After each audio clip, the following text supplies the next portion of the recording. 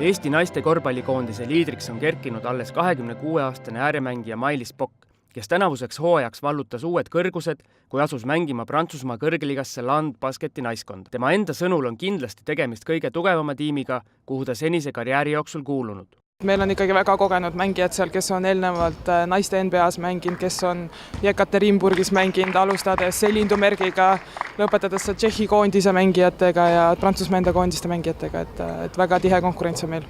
Viimased 2 hooaega pallis Pokk Saksamaa tippklubis Keltern, kellega võideti eelmisel hooajal riigi meistritiitel ning aasta varem murti läbi Eurocupi alagrupist. Ka Land Basket mängib sel hooajal tugevuselt teises eurosarjas, kuid Prantsusmaa naiste kõrgliiga on võrreldes Saksa liigaga eestlane sõnul tema jaoks suur samm edasi. Varasemates intervjuudes on Pokk ise Euroopa naiste korvpallis tugevamaks hinnanud üksnes Venemaa ja Türgi meistrivõistlusi.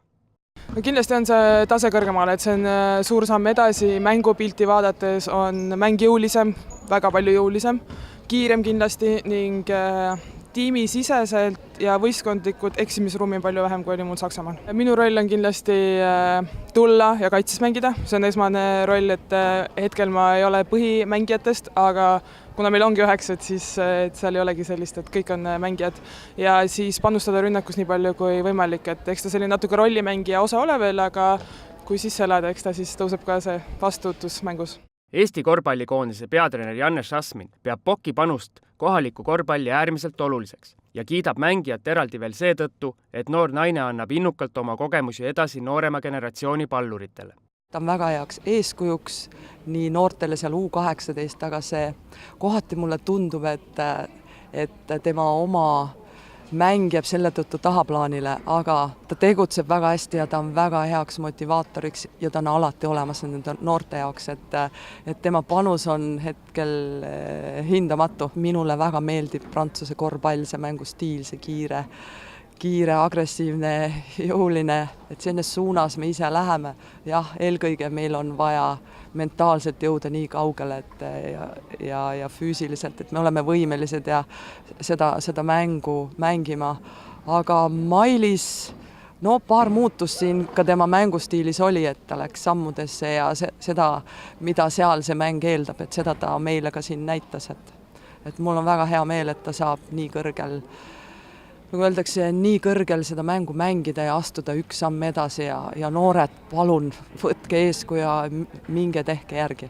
Kui praeguses Eesti koondises on Pokk igas mõttes võtmemängija, kuid otsest võidukohustust tiimil peal ei ole, siis koduklubis Prantsusmaal on eesmärgid väga kõrged.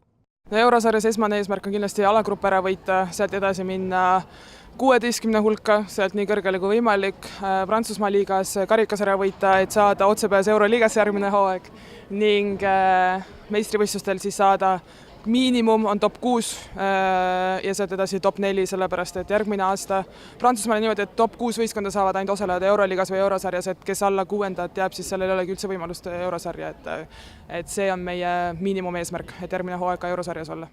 Kuigi Eesti naiste korvpallis on Merike Andersoni näol esindaja Euroliiga tasemel ning Pokk mängib samuti Prantsusmaa klubiga suurt korvpalli, siis välismaal mängivaid Eesti naiskorvpallureid saab üles lugeda ühe käe sõrmedel. Küsime Pokilt, kes ise kogu teekonna läbi käinud, miks see nii on? Ma arvan, et see jääb palju julguse taha ka, et ma pakun selles mõttes, et ma ei tea siseselt muidugi, kas pakkumisi nii palju ei tule, aga alati tuleb kusagilt alustada, et jalg tuleb ukse vahele kuskile saada, et julgemalt võtta pakkumisi vastu, mis tuleb. See, mis välismaal saad, see kogemus on hindamatu. Mina ei usu, et see jääb julguse taha, et meil hetkel on lihtsalt see paus. Meil ei olegi hetkel sellist vanust, kes peaks, nagu öeldakse, minema.